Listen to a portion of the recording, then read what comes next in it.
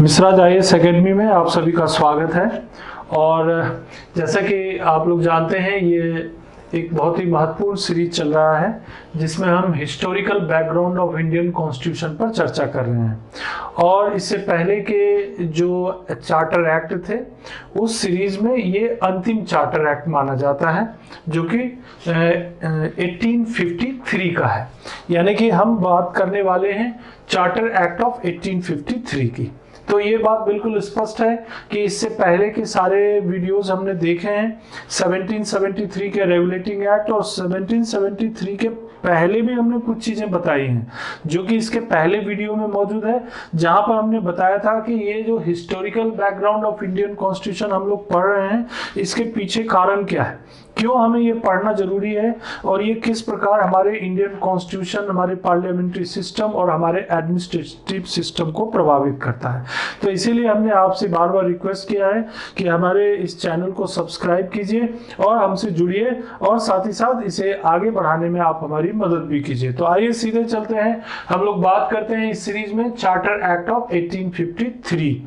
1853 के charter act में एक बड़ी बात सबसे पहले ये है कि ये जो एक्ट है, ये जो हमने चार्टर एक्ट का जो सीरीज शुरू हुआ था, उस चार्टर एक्ट के सीरीज में ये अंतिम चार्टर एक्ट माना जाता है। This was the last one, क्योंकि 1773 का तो एक रेगुलेटिंग एक्ट हो गया, उसके बाद पिट्स इंडिया एक्ट और उसके बीच में एक सेटलमेंट एक्ट था। तो अगर उसे चार्टर न भी माना जाए तो 1793 से लेकर 1853 तक जो एक्ट आए, जो चार्टर एक्ट आए, जिससे कि ईस्ट इंडिया कंपनी को व्यापार करने के लिए उनको अधिकार पत्र दिए जाते थे, उनके व्यापार करने के अधिकार को बढ़ाया जाता था, उस सीरीज में 1793, फिर 1813, फिर 1833 और ये देखिए 1853, 20-20 साल के अंतराल में ये एक्ट आया।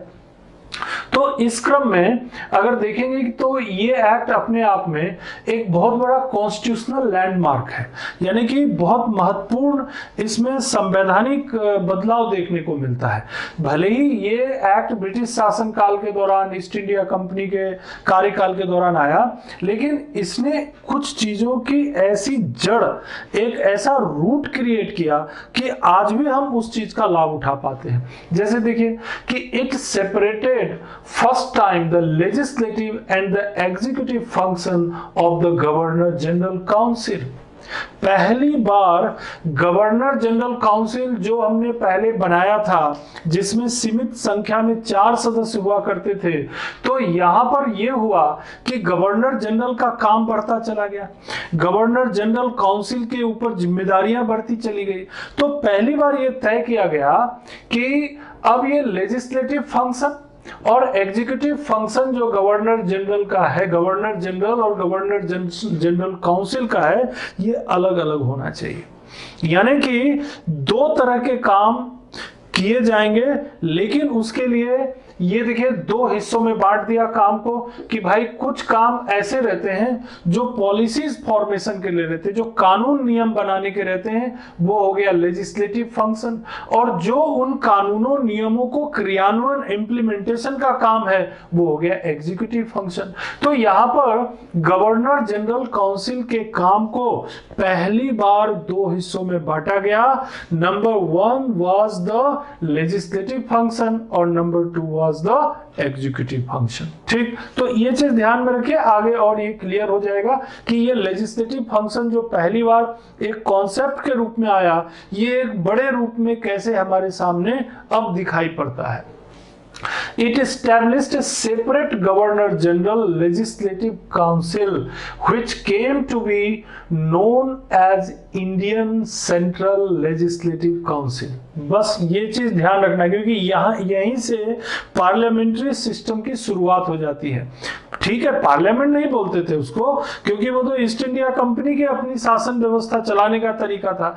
लेकिन देखिए उन्होंने क्या काम किया उन्होंने ये काम किया कि ये जो it established A separate governor general legislative council, यानी गवर्नर जनरल के काउंसिल के लिए जो पूरा सब कुछ एग्जीक्यूटिव और लेजिस्लेटिव दोनों काम मिले हुए थे, अब गवर्नर जनरल को मदद देने के लिए अलग से एक लेजिस्लेटिव काउंसिल बनाया गया और उसको कहा गया, it was known as Indian central legislative council.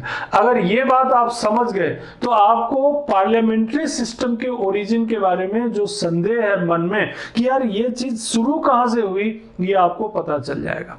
क्योंकि गवर्नर जनरल ही, जो भारत के गवर्नर जनरल थे, यानी जिसको हमने पिछले एक्ट में आपको बताया है, चार्टर एक्ट 1833 में, कि जो बंगाल के गवर्नर जनरल थे उनको भारत का गवर्नर जनरल बना दिया गया इन 1833 के चार्टर एक्ट के द्वारा। और साथ ही साथ जैसा कि आपको पहले भी बताया है कि जब गवर्नर जनरल का पद बनाया गया, गवर्नर जनरल जो बंगाल के गवर्नर थे उनको गवर्नर जनरल बोला गया, तो जब गवर्नर जनरल बोला गया तो उनका काम बढ़ गया तो उनकी मदद के लिए एक जो है काउंसिल दी गई कि भाई गवर्नर जनरल का काउंसिल होगा। अब वही काउंसिल का काम बढ़ते जा रहा है, गवर्नर जनरल का काम भी बढ़ते जा रहा है। तो यहां पर 1853 में जाते जाते ये तय कर दिया गया कि जो गवर्नर जनरल की जो काउंसिल है उसमें जो लेजिस्लेटिव काउंसिल एक अलग ही काम करेगी, उसका काम ही यही रहेगा कि वो लेजिस्लेशन करे। वो भारत में जितने भी प्रोविंसेस हैं, जितने भी एरियाज हैं जो ब्रिटिश सरकार ईस्ट इंडिया कंपनी के पोजीशन में हैं, उन सब के लिए कानून व्यवस्था इत्यादि का प्रबंध जो है ये लेजिस्लेटिव काउंसिल करेगी और इसे नाम दिया गया Indian central legislative council. Indian central legislative council. This legislative wing of the council function as the mini parliament. कैसे काम करने लगी है? मिनी पार्लियामेंट, एक छोटे से पार्लियामेंट की तरह काम करने लगी। This work as function as the mini parliament, मतलब एक बहुत बड़ा पार्लियामेंट नहीं था जिसमें 50-100 मेंबर नहीं थे, बहुत कम संख्या में लोग थे, लेकिन इसका काम करने का तरीका ऐसा था जैसे कि पार्लियामेंट में काम होता है। डिस्कशन होता था, बातचीत होती थी, गवर्नर जनरल के पास बातें जाती थी और इस तरीके से ये मिनी पार्लियामेंट यानी पार्लियामेंट की एक आधारशिला, एक बेस बन गया। तो इस तरह से this legislative wing of the council function as the mini parliament adopting the same procedure as the British Parliament। जैसा कि ब्रिटिश पार्लियामेंट अडॉप्ट करती थी अपने पार्लियामेंट्री सिस्टम में, उसी तरीकों को, उसी प्रोसेस को इन्होंने अडॉप्ट कर लिया।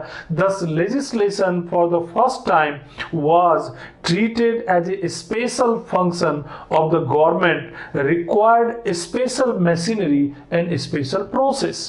अब ये बात यहां समझने की जरूरत है कि भाई आज भी तो पार्लियामेंट है, तो पार्लियामेंट का देखिए काम करने का तरीका अलग होता है, उनके राइट्स अलग रहते हैं, उनके कुछ स्पेशल प्रिविलेजेस होते हैं, उनकी एक अलग जो है उनका अलग तंत्र होता है, मशीनरी जो उनको काम करने में मदद करती है, लोकसभा सचिवालय, राज्यसभा सचिवालय, ये सब क्या है, एक अलग मशीनरी है। तो इसी तरह से इस सिस्टम के अंतर्गत भी यही काम किया गया। क्या काम किया गया? तो ये जो इंडियन सेंट्रल लेजिस्लेटिव काउंसिल है, ये काम करने की अलग मशीनरी, अलग प्रोसेस और इनको सपोर्ट करने के लिए अलग तरीके की व्यवस्था की गई। तो ये कह सकते हैं कि पार्लियामेंट्री सिस्टम की आधारशिला इस 1853 के इस चार्टर एक्ट से पड़ जाती है। क्लियर? तो यहां पर अब ये बात स्पष्ट हो जाना चाहिए कि अगर कोई पूछे कि भाई भारत में पार्लियामेंट्री सिस्टम जो आया, जो दिखाई पड़ रहा है, वो कहां से मान सकते हैं कि हुआ, तो देखिए गवर्नर जनरल काउंसिल, फिर गवर्नर जनरल काउंसिल जो है उसका काम बढ़ गया, फिर एग्जीक्यूटिव और लेजिस्लेटिव काम में बढ़ गया, फिर लेजिस्लेटिव काउंसिल, गवर्नर जनरल का लेजिस्लेटिव काउंसिल, और लेजिस्लेटिव काउंसिल के लिए अलग प्रोसीजर, अलग मशीनरी की व्यवस्था करना, ये सब व्यवस्था उस समय के ब्रिटिश पार्लियामेंट के सिस्टम पर ही आधारित थी। तो कह सकते हैं कि भारत में एक छोटे स्तर पर पार्लियामेंट्री सिस्टम की शुरुआत यहां से मानी जा सकती है। और आगे देखते हैं, एक बहुत बड़ा यहां पर प्रोसीजर में ये चीज आया कि देखिए 1833 में केवल ये बात कही गई कि जो ईस्ट इंडिया कंपनी के जो सेवक होंगे, जो सिविल सर्वेंट होंगे, उसमें इंडियंस लोगों को भी रखा जाए और उनको जब रखा जाए तो उनमें जो है कास्ट के आधार पर, रिलीजन के आधार पर, जो उनके कुल खानदान के आधार पर कोई भेदभाव नहीं होना चाहिए। और कोई भेदभाव नहीं होगा तो जो इंडियंस लोग हैं उनको भी ईस्ट इंडिया कंपनी के सर्विसेज में आने का मौका मिलेगा। लेकिन अप टू 20 इयर्स इस पर कोई गतिविधि नहीं हुई, कोई एक्शन नहीं हुआ, ये जो है वैसे के वैसे ही पड़ा रहा। तो जब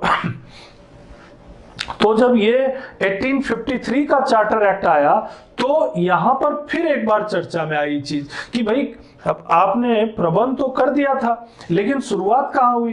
तो देखिए इसमें बड़ी चालाकी से इन्होंने इसमें डाल दिया कि भाई लोग बड़े नाराज हैं, चलो हम इस बार जो है इसे लागू ही कर देते हैं। तो कर दिया लागू। क्या लागू किया? Introduced an open competition system of selection and recruitment of civil servants. Civil servant के रिक्रूटमेंट के लिए ओपन कंपटीशन सिस्टम की व्यवस्था 1853 के चार्टर एक्ट में वास्तविक तौर पर हो गई। वहां पर यह कहा गया 1830, अब दोनों में अंतर समझ लेना जरूरी है कि 1833 में केवल एक थ्योरेटिकली मान लिया गया कि अब जो है ईस्ट इंडिया कंपनी में जब सिविल सर्वेंट्स को हम रिक्रूट करेंगे, when the civil servants will be recruited in East India Company, then there will be no discrimination on the basis of caste, religion and any caste, religion or any other things। लेकिन उसको actual form में वास्तविक तौर पर कैसे establish किया? तो 1853 के चार्टर एक्ट में क्या कहा इन्होंने कि अब समय आ गया है कि जब इंडियंस लोगों को भी मौका दिया जाए ईस्ट इंडिया कंपनी के सिविल सर्विसेज में, ईस्ट इंडिया कंपनी की सेवाओं में बिना किसी भेदभाव को काम करने का मौका दिया जाए। तो कैसे होगा? भेदभाव नहीं होगा। तो इसके लिए ओपन कंपटीशन रखा कि भाई आप में दम है तो आप जो हमारे जो सिविल सर्विसेज की परीक्षा होती है उसमें भाग लीजिए और भाग लेके आप पास होइए। अगर आप पास हो जाएंगे तो हम आपको सेवा में रख लेंगे, कोई दिक्कत नहीं है। ईस्ट इंडिया कंपनी ने ये बात कही और ब्रिटिश गवर्नमेंट ने, ब्रिटिश जो वहां पर संसद थी, उन्होंने इस चार्टर में इस बात की व्यवस्था कर दी। अब ये प्रोसेस शुरू हो गया। तो अब इन सब चीजों की स्टडी करने के लिए मैकाले कमिटी भी बनी थी कि अगर इंडियंस लोगों को सिविल सर्विसेज में एंटर करने का मौका दिया जाए, मतलब जो कंपनी का जो शासन चल रहा है उस शासन में अगर काम करने का इन्हें मौका दिया जाए तो कहीं कोई प्रॉब्लम तो नहीं आएगी। तो प्रॉब्लम आएगी या नहीं आएगी इसके बारे में मैकाले कमिटी ने चर्चा की और उन्होंने कहा कि नहीं, इनको ओके कर सकते हैं। The committee on Indian civil services जो 1854 में इन्होंने रिपोर्ट दी उसमें उन्होंने कहा कि हाँ आप जो है ओपन एंड फेयर कंपटीशन की शुरुआत कर सकते हैं। तो मैकाले कमिटी ने इस चार्टर एक्ट के बाद जो कमिटी गठित हुई थी जिसको मैकाले कमिटी कहते हैं, उन्होंने भी ये कह दिया कि भाई इंडियंस लोगों को जो है सिविल सर्विसेज में आने का मौका दिया जाए। अब आप सोच रहे होंगे तो क्या जो है इंडियंस लोग तो धड़ाधड़ जो है पास हो गए होंगे, सब बहुत सारे लोग आ गए होंगे? नहीं, बहुत मुश्किल था। एक तो एज बहुत कम रखा था उन्होंने, मतलब सिविल सर्विसेज में एंटर करने के लिए जो एज था वो इनिशियल एज बहुत ही कम था। कभी 19 कर देते थे, कभी 20 कर देते थे, कभी 21 कर देते थे, इससे ज्यादा तो रखा ही नहीं उन्होंने और कई बार तो 19 तक ले आते थे। तो इंडियन लोगों में, एक तो इंडिया में एजुकेशन की स्थिति अच्छी नहीं थी, लोग पढ़े लिखे नहीं होते थे और तो फिर सिविल सर्विसेज में एंटर करना कितना मुश्किल काम था। लेकिन उसके बावजूद भी पहले जो आईसीएस सेलेक्ट हुए भारत के, उनका नाम था Satyendra Nath Tagore. The first Indian who selected in civil services at that time, Indian civil services in 1863, 1863 में। इसी चार्टर एक्ट का परिणाम है, इसीलिए मैंने यहां पर दिखाया आपको कि देखिए इस चार्टर एक्ट में यह प्रावधान किया गया कि ओपन एंड फेयर कंपटीशन रखिए आप, और ओपन और फेयर कंपटीशन रखा, तो उसके बावजूद भी 54 में मैकाले कमेटी ने भी ओके बोल दिया, लेकिन उसके बाद भी 9 साल लग गए। जब पहला आईसीएस भारत के सिलेक्ट हुए, उनका नाम था सत्येंद्रनाथ टैगोर, जो कि बड़े भाई थे रविंद्रनाथ टैगोर के, और जब ये सिलेक्ट हुए तो इनको भेज दिया गया बॉम्बे प्रेसिडेंसी में, उनको बॉम्बे का प्रेसिडेंसी में इनको काम करने के लिए भेज दिया गया। और 1871 तक अप टू 1871 केवल 4 इंडियन जो है इसमें सेलेक्ट हो पाए, केवल 4 आईसीएस बन पाए इंडियंस। तो मैंने एक का नाम आपको बताया जो पहले आईसीएस भारत के थे, इसे आप याद रख सकते हैं क्योंकि ये किसी एग्जाम में यूपीएससी में या स्टेट पीएससी में आपको काम भी आ सकता है। तो देखिए यहाँ पर बात ये समझ में आ रही है कि पार्लियामेंट्री सिस्टम की शुरुआत हो गई 1853 के चार्टर एक्ट के माध्यम से, एक छोटे स्तर पर ही सही, लेकिन उसको भले ही पार्लियामेंट्री सिस्टम सीधे सीधे नहीं कहेंगे, उसे ये कहेंगे कि गवर्नर जनरल की वो जो थी लेजिस्लेटिव काउंसिल थी, लेकिन काम करने का तरीका उसका ऐसा था कि जिसमें कानून वगैरह बनाने की व्यवस्था की जाती थी, तो उसके लिए अलग मशीनरी और प्रोसेस तय कर दिया गया। भारत में पहली बार जो है इंडियन सिविल सर्विस में प्रवेश करने के लिए परीक्षाएं आयोजित की जाने लगी, तो ये भी एक नई चीज डेवलप हो गई। इसके अलावा it extended the companies rule and allowed it to retain the position of Indian territories on trust of the British Crown, but not a specified particular period, unlike the previous charter। अब यहाँ पर थोड़ा पिछले charter में अगर आप देखेंगे तो इससे पहले जितने भी 2020 ईयर वाले चार्टर आते थे, तो उसमें एक लाइन लिखी होती थी कि ईस्ट इंडिया कंपनी को अगले 20 साल के लिए भारत में व्यापार व्यवसाय करने की स्वीकृति दी जाती है। लेकिन ये वो चार्टर था जिसमें ये लाइन लिखी नहीं थी। मतलब क्या हुआ कि इसका मतलब ये हुआ कि अब ये संकेत मिलने लगे कि अब ईस्ट इंडिया कंपनी का शासन भारत में खत्म होने वाला है, यानी ब्रिटिश पार्लियामेंट ये इसके दिमाग में या ब्रिटिश क्राउन के दिमाग में ये बात आ गया कि अब भारत में ईस्ट इंडिया कंपनी का जो तौर तरीका है, काम करने की जो प्रोसेस है, वो वहां पर हमारे अस्तित्व को बनाए रखने के लिए सक्षम नहीं है, इसीलिए उनको जो है अब वहां से हटना चाहिए। लेकिन यार लिखा नहीं, कहा यही कि भाई east India company the extended the company's rule and allowed it to retain the possession of Indian territories on trust of the British Crown। East India company को मैसेज यही दिया, उनको यही लिखा इस चार्टर के द्वारा कि आपका जो भारत में जो ब्रिटिश जो टेरिटरी है उसमें आप अपनी कंपनी के रूल रेगुलेशंस और जो हमारे जो एक्ट है उसके मुताबिक आप काम करिए, लेकिन आगे कितने सालों तक ये लिखा नहीं। तो यहां से हम ये अंदाजा लगा सकते हैं कि अब ब्रिटिश पार्लियामेंट और ब्रिटिश क्राउन जो है वो ईस्ट इंडिया कंपनी को यहां से जो है हटाना चाहती है, लेकिन अभी बोला नहीं, हटाया नहीं है। हो सकता है आगे ऐसा हो सकता है कि हटा देंगे। The Legislative Council, which had 6 members, now had 12 members। इसको आप लिंक कर सकते हैं, वो लेजिस्लेटिव काउंसिल जो अपनी जो गवर्नर जनरल की लेजिस्लेटिव काउंसिल थी, तो उससे लिंक कर सकते हैं कि इसकी संख्या को बढ़ा दिया गया। पहले जो थी इसमें 6 लोग थे, अब ये हो गए 12 मेंबर्स जो है इसमें रखे गए। और पहली बार ऐसा हुआ कि जो प्रोविंशियल जो हमारे एरियाज थे, जिनको लोकल एरियाज कहते हैं, बॉम्बे, मद्रास, बंगाल और आगरा, इन 4 प्रोविंशियल एरिया से एक एक रिप्रेजेंटेटिव को इस सेंट्रल लेजिस्लेटिव काउंसिल में रखा गया और इस तरह से इनकी संख्या हो गई 12। There were 12 members in the Central Legislative Council at that time, Indian Central Legislative Council of Governor General।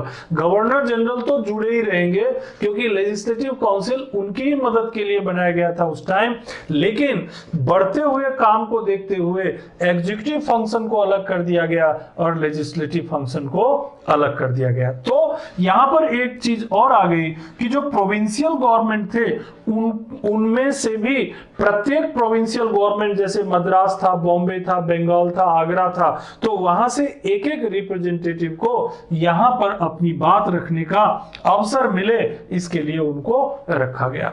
और क्या किया? It gave birth to the Indian civil service. अब ये बात यहां से बिल्कुल ये रिपीट हो रही है यहां पर कि भाई जो भारत में सिविल सर्विसेज की परीक्षा का आयोजन होना, यानी कि वो परीक्षा फ्री एंड फेयर कंपटीशन हो, एक कंपटीशन हो जिसमें भारतीय लोग भी भाग ले सकें, ऐसी व्यवस्था की शुरुआत जो है इसी चार्टर एक्ट के द्वारा हुई। तो क्या बोल सकते हैं कि इसने it gave birth to the Indian civil service and was open to all including Indians. और वो सभी लोग भाग लेते थे उसमें, ब्रिटिश लोग भी भाग लेते थे और इंडियन लोग भी भाग लेते थे। लेकिन मुश्किल ये होती थी कि वो एग्जाम केवल भारत में तो होता नहीं था, उस एग्जाम को देने के लिए कहां जाना पड़ता था? इंग्लैंड जाना पड़ता था। एजुकेशन का लेवल भी बहुत ऊंचा होता था, तो बहुत कम भारतीय ही उसमें चयनित हो पाते थे, उसमें सेलेक्ट हो पाते थे। तो इसी कारण से कि ये कह सकते हैं कि ये एक शुरुआत थी कि भारत में इंडियन सिविल सर्विस जैसी परीक्षा फेयर कंपटीशन का होना और भारतीय लोगों को, इंडियंस को भी उसमें मौका मिले, इसकी व्यवस्था की शुरुआत 1853 के चार्टर एक्ट में की गई थी। 1833 वाली बात भी ध्यान रखिएगा, क्योंकि उसमें थ्योरेटिकली ये बात जरूर आ गया था कि भारतीयों को भी जो है कंपनी के लोक सेवा में, सिविल सर्विस में प्रवेश दिया जाना चाहिए और उनके साथ भेदभाव नहीं किया जाना चाहिए। But at that time it was theoretical, वो केवल सैद्धांतिक रूप से था। वास्तविक तौर पर जो है, और मैकाले कमेटी की रिपोर्ट और 1853 के इस चार्टर के माध्यम से ये बात जो है सामने आ गई। This act serve as the foundation of modern parliamentary form of the government. और साथ में ये भी कह सकते हैं कि ये एक ऐसा सिस्टम था जिससे कि आप कह सकते हैं कि भारत में पार्लियामेंट्री फॉर्म जो आज दिखाई पड़ रही है, उसकी जड़ें, उसके जो रूट्स हैं, वो यहां पर दिखाई पड़ते हैं। अब देखिए, हम लोगों ने इस चार्टर एक्ट 1853 के लगभग सारे बिंदुओं को यहाँ पर कवर करने की कोशिश की है। अब यहाँ पर देख लेते हैं कि वो कौन कौन से पॉइंट्स हैं जो हमारे सिस्टम को, यानी कि पार्लियामेंट्री सिस्टम को, एडमिनिस्ट्रेटिव सिस्टम को, हमारी जो व्यवस्था है, जो और ऑलरेडी जो अभी जो ऑर्गेनाइजेशंस हमारे देश में काम कर रहे हैं, उनको क्या ये प्रभावित करते हैं, इनमें से कोई चीज़। तो देखिए, एक तो सीधी सीधी बात जो मैं बार बार रिपीट भी किया हूं कि एक तो पार्लियामेंट्री सिस्टम जो है हमारे देश में जो आज मौजूद है, वो उसकी कहीं ना कहीं शुरुआत के बीज इसी चार्टर एक्ट में दिखाई पड़ते हैं, क्योंकि गवर्नर जनरल की जो लेजिस्लेटिव काउंसिल बनी, उस लेजिस्लेटिव काउंसिल में जो मेंबर्स चुने जाते थे या उस लेजिस्लेटिव काउंसिल को जो काम दिया जाता था, गवर्नर जनरल जिस तरीके से उनसे रिलेट होते थे, वो कहीं ना कहीं प्रेजेंट वर्तमान पार्लियामेंट्री सिस्टम से मेल खाती है और उनका काम करने का तरीका भी ब्रिटिश पार्लियामेंट से कहीं ना कहीं प्रभावित थी। तो एक तो पार्लियामेंट्री सिस्टम की बात आप देख लेंगे। दूसरी चीज जो देखेंगे कि इस चार्टर एक्ट से और क्या चीज हम निकाल सकते हैं, तो देखिए, जो इंडियन सिविल सर्विस है, जो आज आप देख रहे हैं, जिसको हम लोग Indian administrative service, Indian police service, Indian foreign service या फॉरेस्ट सर्विस कह रहे हैं, तो ये जो सेवाएं हैं, जो सर्विसेज हैं, इनके लिए जो कंपटीशन होता है, जो यूनियन पब्लिक सर्विस कंडक्ट करती है, तो इसके पीछे जो सोच है, इस सोच के पीछे जो काम किया गया है, वो कहीं ना कहीं इस एक्ट में भी नजर आता है। यानी कि भारत में अगर सिविल सेवा की शुरुआत मानी जाए, सिविल सर्विसेज की शुरुआत मानी जाए, तो कौन से चार्टर एक्ट में मानेंगे? अब यही मानेंगे कि हाँ भाई, यही वो चार्टर एक्ट था जिसमें यह तय कर दिया गया कि अब सिविल सर्विसेज का जो एग्जाम है उसमें इंडियन लोग भी भाग ले सकते हैं। और उसी के आधार पर फिर आपने देखा ही कि 1863 में पहले भारतीय सत्येंद्रनाथ टैगोर जो हैं वो चुने भी गए। तो ये कहा जा सकता है कि सिविल सर्विसेज की आधारशिला कहीं ना कहीं इस चार्टर एक्ट में इन्वॉल्व है। तो ये दो बड़ी चीजें हैं। बाकी देखिए इसमें जो पहली बार मैंने बताया वो कि इसमें जो एग्जीक्यूटिव फंक्शंस था और जो लेजिस्लेटिव फंक्शन था जो गवर्नर जनरल की काउंसिल का, वो अलग अलग हो गया, और फिर वो अलग अलग हो गया तो लेजिस्लेटिव काउंसिल का काम बढ़ा, लेजिस्लेटिव काउंसिल का काम बढ़ा तो उसके लिए फिर उन्होंने अलग से व्यवस्था कर दी और उसकी जो है पूरी प्रोसीजर, मशीनरी और प्रोसेस वगैरह अलग से तय कर दिया गया। तो पार्लियामेंट्री सिस्टम और एडमिनिस्ट्रेटिव सिस्टम, इन दो चीजों पर प्रभाव 1853 के चार्टर एक्ट से देखा जा सकता है। तो इस तरह से चार्टर एक्ट का प्रभाव जो है आप देख, अच्छा एक और चीज आप देख लीजिए, यहां पर जो है पहले से ही ब्रिटिश पार्लियामेंट मेंटली ये तैयार हो गई कि अब ईस्ट इंडिया कंपनी को हमें भारत में जो उनको जो हमने राइट्स दे रहे हैं, जो व्यापार का राइट्स हमने दिया, जो हमने उनको एडमिनिस्ट्रेटिव और पॉलिटिकल सिस्टम को चलाने का राइट दिया, अब उनका मूड हो गया, उनका मन हो गया कि अब वो धीरे धीरे उसको खत्म किया जाए। तो इसीलिए आपने ये भी देखा होगा कि एक जो इनको कॉमर्शियल राइट जो था, यानी व्यापार वाणिज्य करने का जो अधिकार था, वो भी क्या कर दिया इसमें, इसको व्यापार वाणिज्य करने का एक लाइन था इसमें, कहां पर, अच्छा इससे पिछले चार्टर में था, इसमें इससे पिछले चार्टर एक्ट में था, तो वहीं पर वो खत्म कर दिया था। कहां पर, 1833 के चार्टर एक्ट में, 1833 के चार्टर एक्ट में उसे जो है इन कर दिया गया था। तो वो एक महत्वपूर्ण वहां पर था कि अब जो है, अब केवल ईस्ट इंडिया कंपनी जो है वो एडमिनिस्ट्रेटिव और पॉलिटिकल काम करेगी। क्योंकि आपको याद होगा जब मैं 1833 का चार्टर एक्ट बता रहे थे तो वहां पर हमने स्पष्ट तौर पे बताया था कि कंपनी के कॉमर्शियल फंक्शंस को, यानी कंपनी के जो व्यावसायिक कार्य थे उनको उन्होंने खत्म कर दिया कि भाई आप एडमिनिस्ट्रेटिव और पॉलिटिकल काम कीजिए। लेकिन यहां पर आप देख रहे हैं कि उनका एडमिनिस्ट्रेटिव और पॉलिटिकल फंक्शन भी अब खत्म होने वाला है। क्यों? क्योंकि अब उनको 20 साल के लिए मिला ही नहीं, लिखा ही नहीं कहीं पे, चार्टर एक्ट में कहीं भी ये मेंशन नहीं किया गया कि आगे के लिए 20 साल के लिए आपको अधिकार दिया जाता है। तो इस तरह से इस चार्टर एक्ट के माध्यम से दो बड़े बदलाव आए। एक तो जो लेजिस्लेटिव गवर्नर जनरल का काउंसिल था वो पार्लियामेंट्री सिस्टम का आधार बना, और जो एग्जामिनेशन सिस्टम, जो ओपन कंपटीशन और फेयर कंपटीशन की बात बनी, वो भारत में सिविल सेवा का आधार बनी। तो इस तरह से 1853 का चार्टर एक्ट भारत के लिए महत्वपूर्ण साबित हुआ और उस समय ईस्ट इंडिया कंपनी की शासन व्यवस्था को आगे रन करने के लिए भी वो इंपॉर्टेंट था। अगली क्लास में हम लोग बात करेंगे गवर्नमेंट ऑफ इंडिया एक्ट 1858 के ऊपर, और हम लोगों ने जो पिछले जो वीडियोस यहाँ पर हम लोगों ने देखे हैं उसको जरा आप लोग एक बार और देख लीजिए और उसे और बेहतर करने का प्रयास करते रहिए। अगली क्लास में हम आपसे फिर मिलेंगे। धन्यवाद।